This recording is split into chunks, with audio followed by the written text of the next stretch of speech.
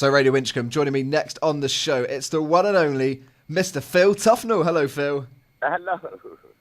How are you? I'm very well, and you? Yeah, really good, thank you.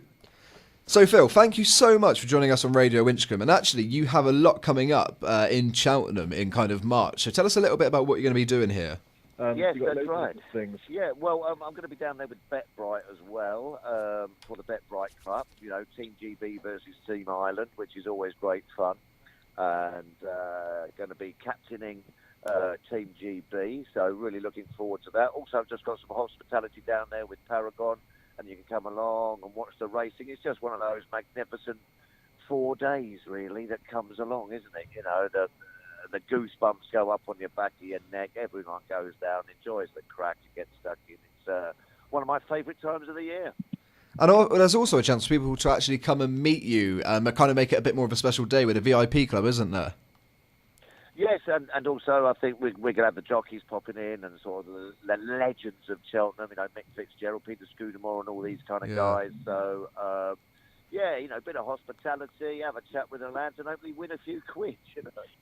Well, that sounds really good. But let's go back 15 years ago. Obviously, many know you as a talented cricketer. However, you also got a lot of public attention from your time in I'm a Celebrity, Get Me Out of Here. So when you were kind of first approached to go in, what were your kind of first initial thoughts? Well, first of all, I asked if we were flying to Australia first class. So as soon as they said that, I'm in.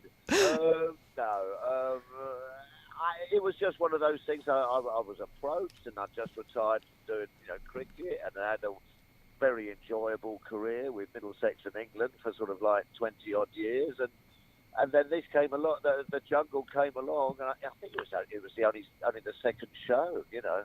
So it was all a bit naive and all a little bit, let's go and see what happens. You know, it sounded like a great challenge. And it was great fun to be part of, thoroughly enjoyed it and managed to win it as well, which was fantastic. So very fond memories of that show and of Australia.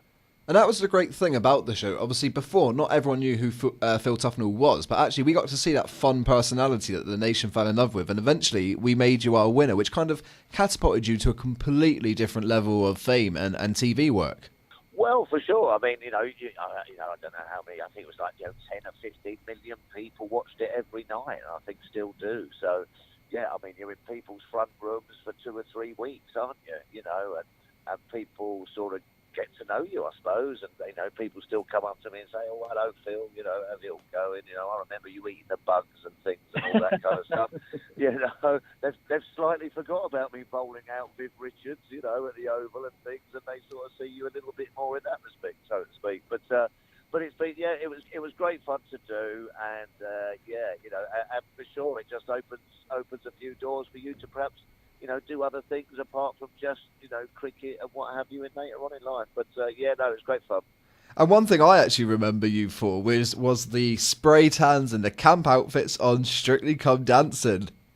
Well, I know Swanee's just gone, hasn't he? My old mate Swanee, Graham Swan, just got kicked out last week, but he did a very good job, as most of the cricketers do. You know, Ramps and Darren Gough won it.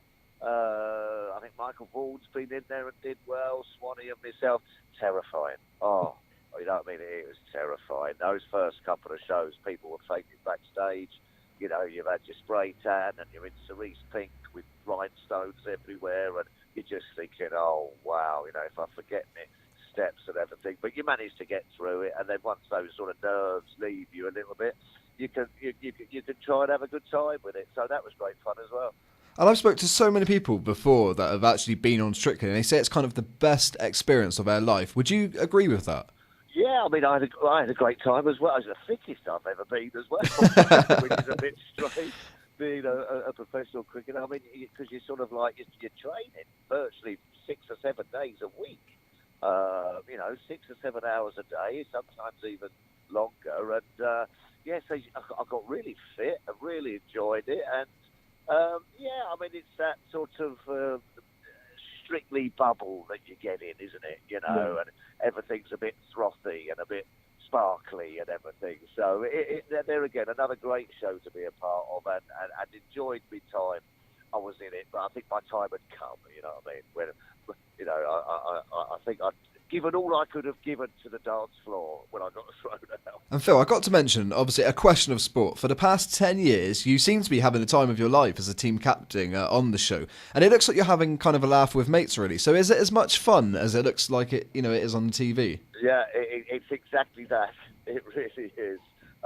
They're, again, very lucky to be involved in that. I've been doing that for nearly 10 years. We've got a great team down there. I mean, Sue is just an absolute legend, and get on very well with Dorse and all the team and the backroom team and everything. So yeah, we just go down there and have a laugh, and you get to meet all your sporting heroes and just have a good time. So that kind of looks after itself a little bit. Question of sport. And for you, is there a special moment from your time on the show that just kind of stands out as being like, the best moment for you? Well, I mean, there's just so many. I mean, we've been doing it for a few years now. Just every time I do it, as you say, it's an absolute joy. And I remember being a contestant on it for the first time, the first time when I was playing for Middlesex and England and stuff. And it was like a badge of honour when you first got invited to go on Question of Sport. It was like, I can remember my mum and dad going, "Well, son, you've made it now, mate. You've been invited. You've been invited on a Question of Sport. You must be doing all right, boy." So it's just an iconic show that I remember playing along with my mum and dad, and then to be on it as a team captain and be part of it is an absolute, it's a bit of an honour, really. And Phil, obviously, you definitely keep yourself busy, but are there any more upcoming projects that you can tell us about? Well, there's one or two. I've done I've done a celebrity art challenge on BBC One, which should be fun. That should be coming out in the spring. That's quite a good laugh. I do quite like the art and threw a bit about. It was quite good fun. And then just a few other things in the pipeline.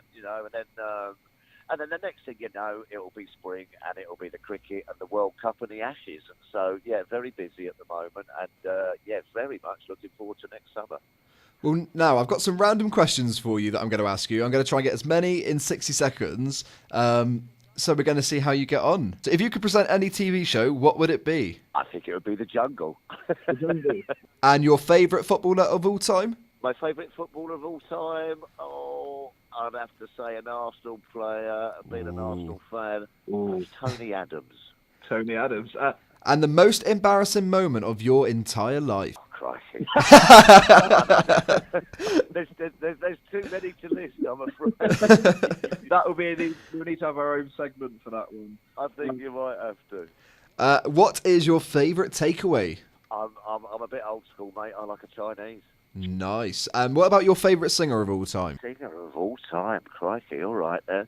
Well, I was a little bit of a punk when I was growing up. Really? So I might have to go for someone like The Clash, Joe Strummer or someone like that. A bit of old school for you. And we're nearly out of time, so the last one for you. What is your favourite ever film?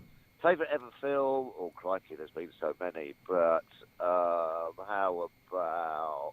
Quite like Pulp Fiction was a good movie.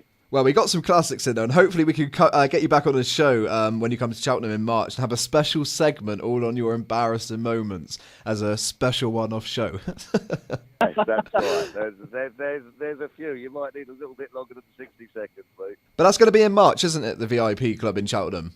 Yes, it all kicks off for the Cheltenham Festival. I think, we're going to be down there for 4 days. Can't wait, as it's just such a... it's just such a wonderful time of the year. Everyone goes down there and thoroughly enjoys themselves, and so do I. Well, Phil, I'm so excited. I really can't wait to come down and meet you there. We're going to get all the links shared on our social media, and thanks for joining us on the show today. Yeah, no bother. Come down and see us. Brilliant. Thank you very much. Take care. Cheers, pal. Thank you. Bye-bye.